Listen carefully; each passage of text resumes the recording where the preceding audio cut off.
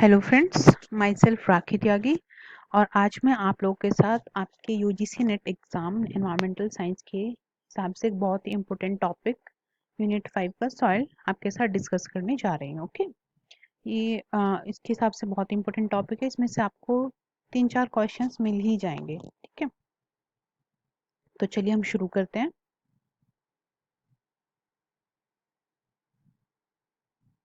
Wait, okay, तो हम सबसे पहले इसमें कुछ डेफिनेशंस पढ़ेंगे।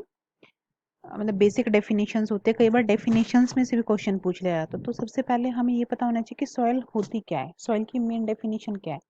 सॉइल एक वर्ड है जो हमने कहाँ से डिराइव किया, लेटिन वर्ड है ये।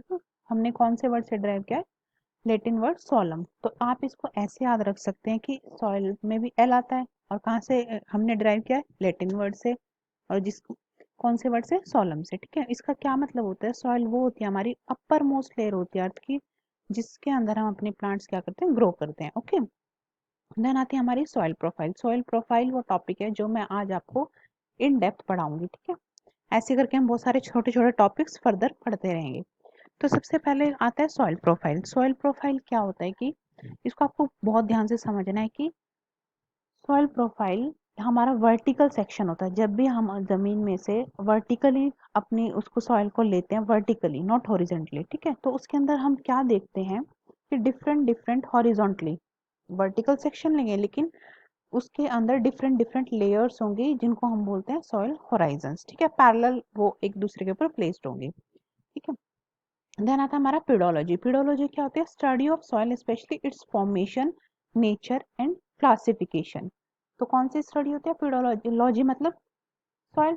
तो जब हम सॉइल की कैसे वो फॉर्म हुई है, उसके क्या क्या क्लासिफिकेशन है, क्योंकि सॉइल को हम बहुत सारे उसमें डिवाइड करते हैं, उसको क्लासिफाई करते हैं फर्दर। ओके, तो उसकी स्टडी को हम क्या बोलते हैं, पीडोलॉजी। देन आता है हमारा इडाफोलॉजी। इडाफोलॉजी क्या होता है कि जो हमारी सॉइल का हमारे प्लांट्स के ऊपर या कोई भी लिविंग थिंग है सॉइल के अंदर, तो हमारी सॉइल का उन लिविंग थिंग्स के ऊपर कितना इफेक्ट हो रहा है, क्या इफेक्ट हो रहा है, तो उसको उसकी स्टडी को हम बोलते हैं इडाफोलॉजी। और इसमें हम पर्टिकुलरली प्लांट्स के ऊपर अपना सॉइल का इफेक्ट देखते हैं। तो आपको ये दोनों टर्म बहुत अच्छे से पता होनी चाहिए कि पीडोलॉजी और इडाफोलॉजी में क्या डिफरेंस होता है। कई बार क्या होता है कि ये कई आपको कई जगह पे सेम मिलेगी, पीडोलॉजी और इडाफोलॉजी सेम चीजें होती है, बट इनमें माइनर सा डिफरेंस होता है कि उसके अंदर हम उसका नेचुरल फॉर्मेशन देखते हैं पीडोलॉजी के अंदर, लेकिन इडाफोलॉजी के अंदर हम इसका क्या देखते हैं, सॉइल का इन्फ्लुएंस देखते हैं अपने प्लांट्स के ऊपर। ओके, देन आता है हमारा एक और टर्म होती है पीडोजेनेसिस। पीडोजेनेसिस क्या होता है कि जब भी हमारी जो पेरेंट रोग से मिनरल की तरफ फॉर्मेशन होता है,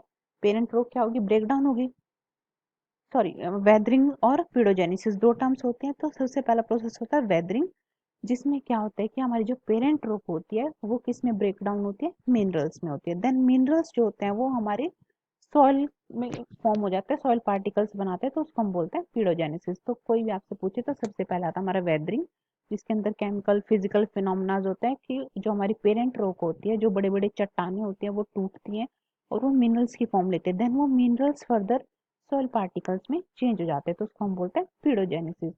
सॉइल के अंदर बहुत सारे पार्टिकल होते हैं, क्ले, सैंड, सिल्ट, ये सब हम मैं आपको डिटेल में आगे पढ़ाऊंगी इन डेप्थ फर्दर की सेकेंड वीडियो में। ओके, देन हम एक टर्म होते हैं पेड्स। पेड्स क्या होते हैं, मान लो हमारे सॉइल के पार्टिकल्स हैं, ठीक है, जब वो नेचुरली एग्रीगेट हो जाते हैं, जब वो नेचुरली ग्रुपिंग हो जाती है उनकी, तो हम उनको बोलते हैं पेड्स। ठीक है, देन आता है हमारा क्लॉड्स।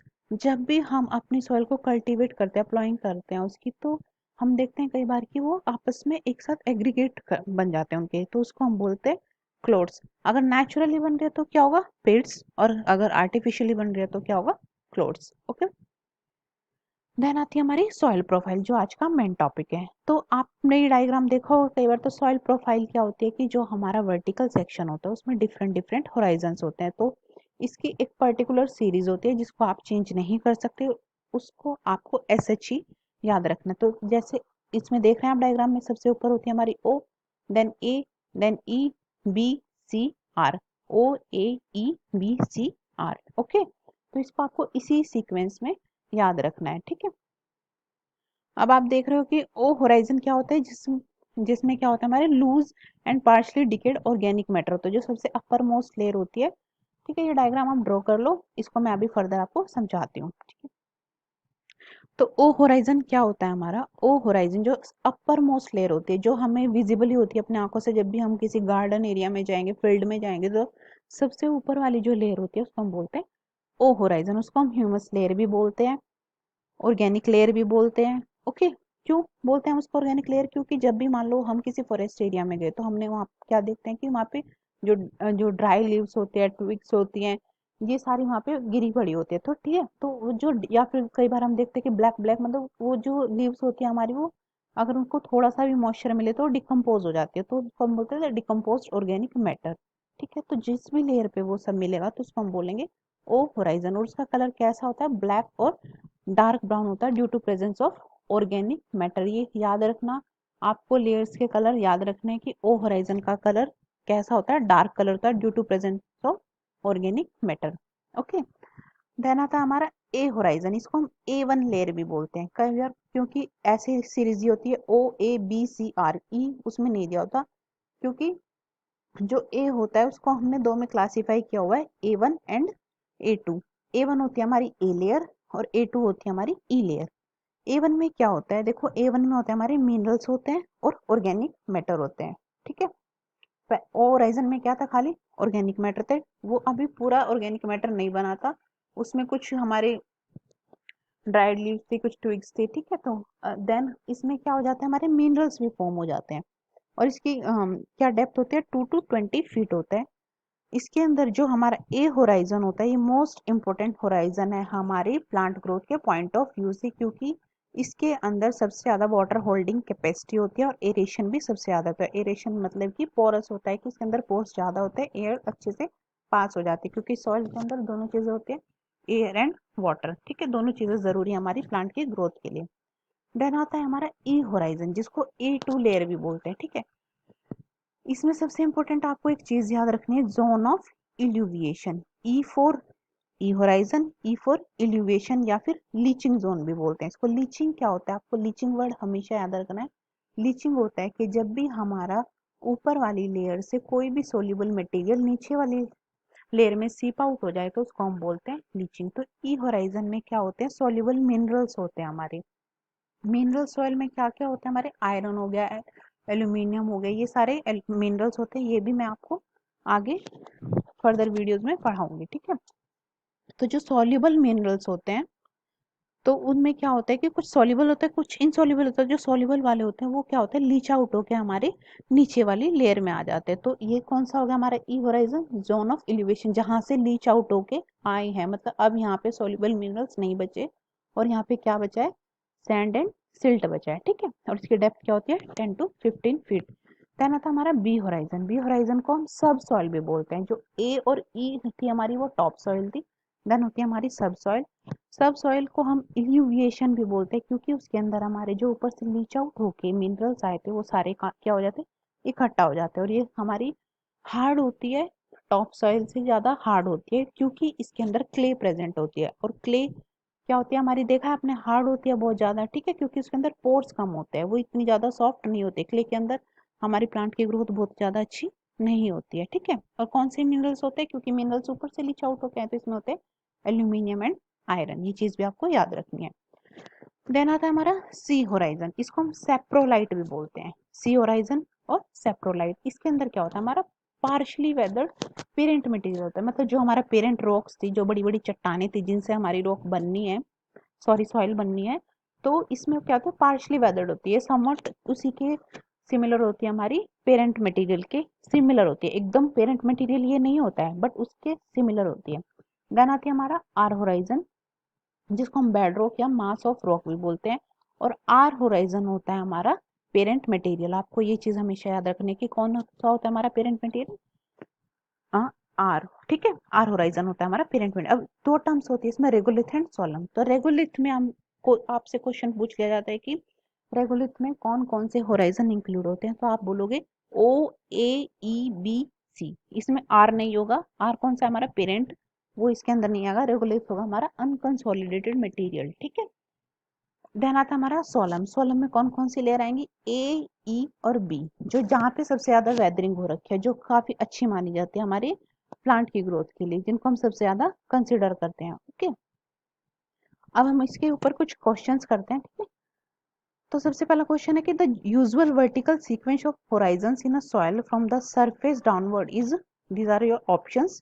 तो आपको इसमें हमारी वर्टिकल सीक्वेंस बतानी है, ठीक है। तो सबसे ऊपर कौन सी होती है, O, then A, then E, then B, then C, then R. आपको ये वर्टिकल सीक्वेंस याद रखनी है, और ये भी ध्यान रखना है कि उसने अपवर्ड पूछा है कि डाउनवर्ड पूछा है। तो उसने हमसे यहाँ पे पूछा है downward. Okay, then second question हमारा, finely divided partially decomposed organic matter found in soil is. जो हमारा डिकम्पोज्ड ऑर्गेनिक मैटर होता है उसको हम क्या बोलते हैं, जो ब्लैक इन कलर होता है, डार्क इन कलर होता है, उसको हम बोलते हैं ह्यूमस। ओके, ह्यूमस इसका सही ऑप्शन है, ह्यूमस। देन नेक्स्ट क्वेश्चन हमारा, the term that describes all form of mineral matter that are suitable for transformation into soil is. मतलब कि वो कौन से मिनरल मैटर है, उनको हम क्या बोलेंगे जो कि हमारी सॉइल में ट्रांसफॉर्म होने के लायक है। तो कहाँ से ट्रांसफॉर्म होती है हमारी सॉइल, पेरेंट मटेरियल से, ठीक है। तो इसका ऑप्शन है, राइट ऑप्शन है पेरेंट मटेरियल। अब इसमें आता है हमारा, विच of the following definition describe the soil forming process of leaching. Leaching क्या होता है, मैंने आपको बताया था लीचिंग क्या होता है। इसमें आपके ऑप्शंस दिए, तो राइट ऑप्शन इसमें क्या है, सिपिंग ऑफ वाटर डिजॉल्व जो होते हैं soil material into deeper soils level और टू ग्राउंड वाटर, जो कि हमारे डिजॉल्व मटेरियल लीच आउट होके नीचे आ जाता है, उसको हम बोलते हैं लीचिंग। फिर इन्होंने पूछा है, which of the following horizon is usually considered to be subsoil. Subsoil किसको बोलते हैं, मैंने आपको बताया था कि टॉप सॉइल कौन सी होती है हमारी, ए होती है और ई होती है। तो बी कौन सी होती है हमारी, सब सॉइल। आपको ये हमेशा याद रखना है कि सब सॉइल हमारी होती है बी। देन आता है the regolith would likely include which horizon. Regolith में कौन कौन से, अभी मैंने लास्ट आपको स्लाइड में बताया कि कौन कौन से होराइजन होते हैं हमारे, ओ, ए, ई, बी, सी, ठीक है, एक्सेप्ट आर। आर नहीं होगा, बाकी सारे जो अपर मोस्ट होराइजंस होंगे वो हमारे किस में इंक्लूड होंगे, रेगोलिथ में इंक्लूड होंगे, ठीक है। नेक्स्ट क्वेश्चन है बेटा हमारा कि compare to the B horizon, as compare to the B horizon the A horizon is likely to be higher in. मतलब कि हमारे ए होराइजन में क्या सबसे ज्यादा चीज होगी एज कंपेयर टू बी। तो इसमें क्या, clay, organic matter, unweathered rock या ऑल ऑफ द अबव। तो इसका राइट ऑप्शन होगा हमारा ऑर्गेनिक मैटर, क्योंकि क्ले हमारी कहाँ पे होती है, बी होराइजन में होती है, और अनवेदर्ड रॉक कहाँ पे होंगी, जो हमारी पेरेंट रॉक मटेरियल होगा, ठीक है। देन आता है हमारा, which horizon is usually most similar to the parent material from which the whole soil profile formed. मैंने आपको ये भी अभी समझाया था जब मैंने सारी होराइजंस आपको समझाए हैं कि हमारा हमारा कौन सा होराइजन ज्यादा सिमिलर है पेरेंट मटेरियल के, रॉक मटेरियल के। जो हमारा आर होराइजन है उसके ज्यादा सिमिलर कौन सा है, तो वो है हमारा सी, क्योंकि वहां पे अभी पार्शली वेदर्ड हमारा पेरेंट मटेरियल होता है, ठीक है। वो स्लाइड्स आप अच्छे से पढ़ेंगे एक बार तो ये सारी चीजें आपको क्लियर हो जाएंगी। देन हमारे नेक्स्ट क्वेश्चन है कि पेडोलॉजिस्ट study the entire soil profile, but in general they show less interest in the dash horizon than do edaphologists। मतलब इनका कहने का मतलब है कि जो हमारे पीडोलॉजिस्ट हैं, पीडोलॉजिस्ट स्टडी होती है किसकी, नेचुरल जो हमारी सॉइल होती है कैसे फॉर्म हुए, क्या क्लासिफिकेशन है, और एडाफोलॉजिस्ट क्या होता है कि जो हमारा सॉइल का इफेक्ट देखता है किसके ऊपर, प्लांट्स के ऊपर। तो इस इन्होंने पूछा है कि अगर कोई भी पीडोलॉजिस्ट पूरी सॉइल प्रोफाइल को अगर स्टडी कर रहा है तो वो कौन से होराइजन में कम इंटरेस्ट शो करेगा।